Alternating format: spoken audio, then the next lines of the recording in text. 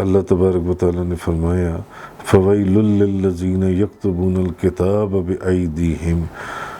بس عذاب ہے ان لوگوں کے لیے جو اپنے ہاتھ سے کتاب لکھتے ہیں۔ پیچھے ذکر ہو رہا تھا تحریف کا کہ یہ لوگ تحریف کرتے ہیں۔ ثُمَّ يَقُولُونَ هَذَا مِنْ عِنْدِ اللَّهِ، پھر کہتے ہیں کہ یہ اللہ کی جانب سے ہے جی۔ ثُمَّ يَقُولُونَ هَذَا مِنْ عِنْدِ اللَّهِ لِيَشْتَرُوا بِهِ ثَمَنًا قَلِيلًا، اور اس کے بدلے میں تھوڑی قیمت لیں، سو ان کے لیے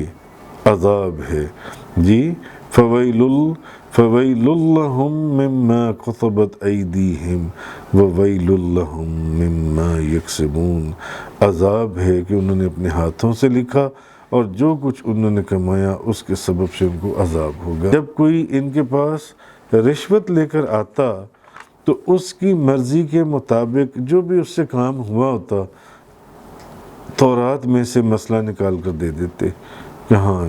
بالکل ٹھیک ہے، اور اگر کوئی شخص رشوت نہ لا سکتا، غریب ہوتا، فقیر ہوتا، تو اس کو تورات میں سے جو اصل مسئلہ ہوتا ویسے کا ویسے بتاتے کہ نہیں اس کا یہ ایسی، اس کا ایسی۔ مگر جو شخص ان کو رشوت لا کے دے دیتا، رشوت کے پیسے دیتا، تو یہ اللہ کا کلام بیچ دیتے، اللہ کی آیات کو بیچ دیتے، اور جو اس کی مرضی ہوتی اس کو کوئی نہ کوئی لکھ دیتے کہ تورات کے اندر تو ایسے لکھا ہوا ہے، ٹھیک ہے جاؤ ایسا ہی کرو جن سے۔ تو ان کے لیے عذاب ہے۔ علامہ راغب اصفہانی فرماتے ہیں ویل بری چیز ہے، اور اس کا استعمال اس لفظ کا استعمال حسرت کے موقع پر ہوتا ہے جی، یعنی ان کے اوپر عذاب ہوگا۔ اور اس کی امام ابن جریر طبری فرماتے ہیں کہ ویل اس پیپ کو کہتے ہیں جو جہنم کی جڑ میں گرتی ہے۔ ویل جو ہے یہ اس پیپ کو کہا جاتا ہے جو جہنم کی جڑ میں گرتی ہے۔ حضرت عثمان بن عفان نے حضور نبی پاک صلی اللہ علیہ وسلم سے روایت کیا کہ ویل جہنم میں ایک پہاڑ ہے، ویل جہنم میں ایک پہاڑ ہے، حضرت عثمان بن عفان فرماتے ہیں۔ اور ابو ایاز نے کہا کہ ویل اس پیپ کو کہتے ہیں جو جہنم کی جڑ میں گرتی ہے، اور حضرت عثمان فرماتے ہیں کہ نبی پاک صلی اللہ علیہ وسلم نے فرمایا ویل جو ہے یہ جہنم میں ایک پہاڑ ہے۔ اور حضرت ابو سعید نے نبی کریم صلی اللہ علیہ وسلم سے روایت کیا کہ ویل جو ہے یہ جہنم میں ایک پوری وادی ہے، جہنم کے اندر ایک پوری وادی ہے، اور یہ اتنی بڑی وادی ہے ویل کی کہ کافر جو ہے اس کی گہرائی تک پہنچنے سے پہلے 40 سال تک گرتا رہے گا، 40 سال وہ گرتا رہے گا، گرتا رہے گا، گرتا رہے گا۔ 40 سال کے بعد اس وادی کی گہرائی میں وہ پہنچے گا۔ ان احادیث جی اور آثار کے اعتبار سے ویل کا معنی یہ ہے کہ جو یہودی اپنی طرف سے لکھ کر اللہ کی کتاب میں تحریف کرتے تھے ان کو جہنم کی گہرائی میں اہل جہنم کی، جو اہل جہنم کی کہ جسموں کی پیپ جو جہنم کی جڑ میں گرتی ہے ان کو اس کے پینے کا عذاب ہوگا، یا جو پہاڑ ہے اس پہاڑ کے اوپر وہ گریں گے، یا جو وادی ہے اس وادی کے اندر وہ رہیں گے جو تورات کی آیات کو بیچا کرتے تھے، پیسے لیتے تھے اور پیسے لینے کے بعد اگلے کی مرضی کے مطابق اس تورات میں سے اس کا حکم نکال دیتے تھے۔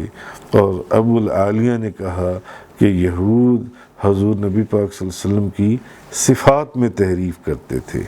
جیسے کہ پیچھے ذکر ہوا کہ یہودی صفات میں تحریف کیا کرتے تھے۔ جیسے علامہ آلوسی نے فرمایا کہ تورات میں لکھا ہوا تھا کہ حضور نبی پاک صلی اللہ علیہ وسلم کا رنگ مبارک گورا ہے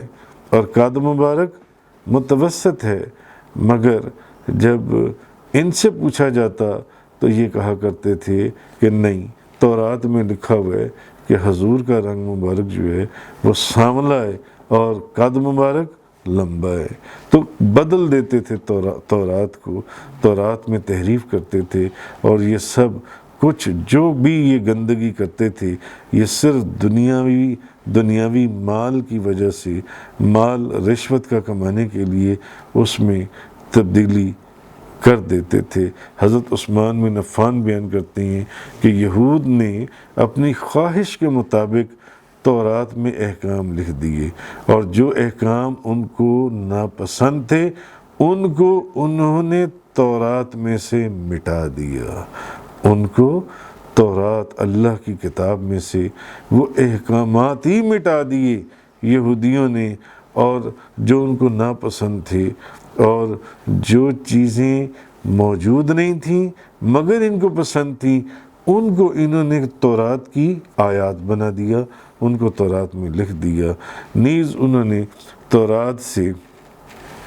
تورات کے اندر حضرت عثمان بن عفان فرماتے ہیں کہ تورات کے اندر نبی کریم صلی اللہ علیہ وسلم کا نام گرامی، اسم گرامی محمد بھی موجود تھا۔ انہوں نے تورات میں سے